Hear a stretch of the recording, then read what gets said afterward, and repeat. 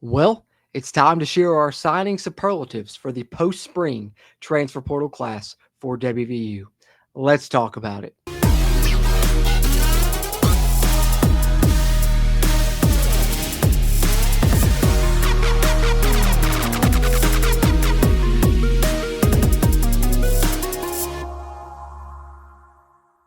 What's going on, Mountaineer Nation? Welcome back into the Country Roads webcast.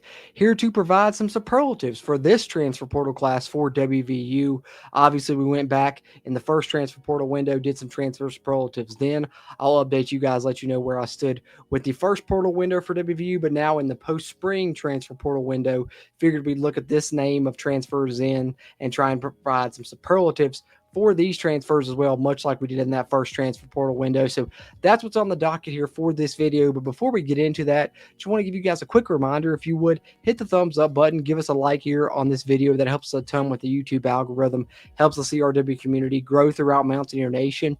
And if you're a Mountaineer football fan yet that hasn't hit that subscribe button, be sure to click that subscribe button so you can stay up to date on all the roster movement, all the WVU football news, etc. that goes on throughout Mountaineer Nation. We'll keep you up to date on here on the Country Roads webcast. Throw your thoughts in the comments as well. Appreciate those interactions. Let me know your superlatives for this post-spring transfer portal window as we move through it here in this video. With no further ado, let's get into it. All right, so to lead things off, just as a refresher, I figured we'd go back. Let's look at my transfer signing superlatives from the first portal window there back pre-spring. And you can see my biggest impact addition on offense was Cam Vaughn. My biggest impact addition on defense was Jamori Robinson. My quote-unquote diamond in the rough addition was linebacker Chase Wilson, who I think is still being undervalued. And my favorite additions, my top five in that first portal class were Jamori Robinson, Cam Vaughn, Will Reed, who has since decommitted and won't be coming to WVU, Michael Coach Jr., and Jalen Henderson there, just to refresh you guys on the first transfer portal window, which then brings us to the post-spring transfer portal window, which you guys have heard me talk about in the past. I think the difference is in that first portal cycle, West Virginia was kind of adding as many players as possible, versus in this portal cycle, I think they were more targeted, going after areas of need, going after guys that they felt like could help them right away. And I think that's what you get a good mix of here in this portal cycle, is guys that'll help you right away and guys that have multiple years of eligibility remaining. But I think there is a good bit of each of those here in this portal cycle. So with no further ado, let's go through it. Let's talk about my signing superlatives here for the post-spring transfer portal cycle. Okay, post-spring transfer superlatives. You see the list here on the screen. Biggest impact addition on offense. I went back and forth between a few names here. I think there are multiple that you could choose here on the offensive side. Ultimately, I landed on offensive lineman Carson Lee.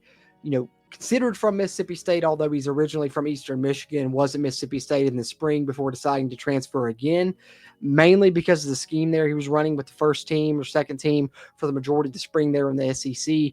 So Carson Lee, a very talented offensive lineman, but what I like about him is his versatility. He can play multiple spots on the interior for West Virginia. You guys know he was listed as a center on the College Football 25 video game, so may he compete with Landon Livingston there? I think there's a chance, but I would be shocked if Carson Lee isn't a starter on this offensive line for the upcoming 2025 season. Whether that's at one of the guard spots or the center spot, we'll wait and see. But I think Carson Lee is going to be a starter on this offensive line. So he's definitely an impact addition for me. So he's my biggest impact on the offensive side. On the defensive side, I think similarly, you have multiple guys that are going to play a big role for this 2025 season. So there were a few that I went back and forth on, but ultimately I landed on safety Darian Lewis from Akron. I think he has a great chance to earn one of the starting safety spots for WVU this upcoming season. You guys know you can go back to when he committed and when I talked about him originally. West Virginia has now landed, according to College Football 25, the number one cornerback on the Akron roster and the number one safety on the Akron roster. And I believe that Darian Lewis was the highest rated defensive player on that entire Akron roster if you go look on that College Football 25 video game. So certainly a big impact guy. West Virginia has made a lot of moves to improve the secondary in that first transfer portal window. Here in the second transfer portal window, the post-spring window, they didn't make as many moves in the secondary, but they did did go out and get some areas they feel like they need to fill voids. I think that Darian Lewis coming in at safety is one of those. Blip List even listed him as a 5-star portal transfer, so highly regarded from multiple sources. I think Darian Lewis will make an impact. I think he's got a great chance to be in the 2 deep there at the safety position for West Virginia here in the 2025 season, so he's my biggest impact addition. On the defensive side, albeit I debated some other names there, but I'll go with Darian Lewis. Diamond in the rough edition here in the post-spring transfer portal class. I think there's multiple names that could be candidates there because I think a lot of these guys are going to be on the 2 deep once the season rolls around. But one of the more recent additions for me, I think, is the quote-unquote diamond in the rough because I think he will make an impact. We've seen West Virginia go out. They've been getting guys to help with the edge pressure, to help with the pass rush. In the first portal cycle, it was Braden Siders. It was some other guys. But here in the post-spring transfer portal window, I think that Devin Grant from Incarnate Word is being undervalued. I think that this is a guy, has power conference experience, began his career at Colorado, has great numbers there at Incarnate Word as an edge rusher, whether you look at tackles for loss, whether you look at the sack numbers. So I think that Devin Grant is a guy that's coming in here. He's going to have a role on this WVU defense in 2025. Maybe he's flying under the radar, but I think that Devin Grant was a big pickup in this transfer portal cycle. So he gets my diamond in the rough designation here as we talk transfer portal superlatives. Which brings us to the final category here in the post-spring transfer portal class, which I think I want to go back and do a whole combust transfer portal signing superlatives for both the previous transfer portal window and this one. Maybe combine them and do just an overall transfer superlatives for the entire West Virginia transfer class. I think that'd be good. So maybe look out for that in the future. But as far as the post-spring window is concerned, these are the ones that I listed as my top 5 favorite additions. One that we haven't talked about yet is running back Jalen Knighton from SMU.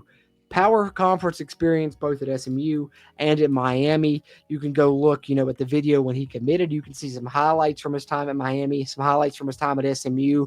It's an explosive back that can make big plays. And so, you complement that with Jaheim White, who you already have, with Ty Edwards, who came in that first transfer portal window as a power back, with Dior Hubbard, who is a very, highly regarded young player on this West Virginia roster, with Cannon Katzer, who also joined in this post-spring transfer portal cycle, rather.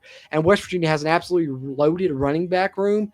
Jalen Knighton can be a big play guy, and he also can help you in the receiving game. He has some great receiving numbers as a running back, so I really think Jalen Knighton is going to be kind of the second guy there alongside Jaheim White that's going to make an impact on this offense. And then Grayson Barnes, the tight end from Northern Illinois, was the other one. It was either going to be him or it was going to be Carson Lee as my biggest impact addition on offense. I think both have a case there. I would be absolutely shocked if Grayson Barnes isn't tight end number 1 for West Virginia this upcoming 2025 season. Definitely feel like he's the best receiving tight end on the roster right about now with the moves that West Virginia has made. And I think Grayson Barnes is going to see a ton of playing time this upcoming season. So be on the lookout for him. You've seen in the commitment video, the one-handed grabs, all the great plays that he's made. And I think he'll continue to make good plays now in Morgantown as tight end number 1. So be on the lookout for Grayson Barnes. Obviously, number 3 is offensive lineman Carson Lee. Talked about him a little bit earlier. Think he'll be a starter for the Mountaineers this upcoming season. We'll see how it plays out. It's going to be fun position battles to watch on that offensive line, but I'd be surprised if Carson Lee isn't on that unit. And then edge Devin Grant, just talked about him a little bit. Can't say enough about how undervalued this signing has been for WVU here in this post-spring transfer portal window. I think Devin Grant's going to make an impact. He's one of my favorite additions, albeit being a later addition here to this post-spring class. Devin Grant's going to make an impact on West Virginia's pass rush. And then at number 5, there were a lot of ways you could have gone here, but I'm going to go Logan Ramper. We know West Virginia needs some outside receivers to come in and compete at that spot.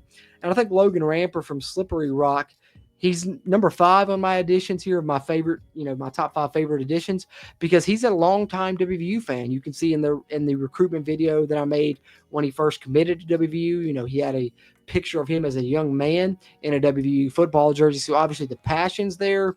And I think West Virginia needs outside receivers that are going to fit into that 2 deep. And Logan Ramper brings something to the table that really West Virginia hasn't had. And that's the size, that's the ranginess, that's the length to that outside receiver position, 6'4", 200+ pounds. I really like Logan Ramper's game. He's going to play this season for WVU, and I'd be surprised if he's not in the two deep at one of the two outside receiver spots. And his passion he has for WVU makes him one of my favorite additions. So there it is, my transfer signing superlatives for the post-spring transfer portal window here at WVU.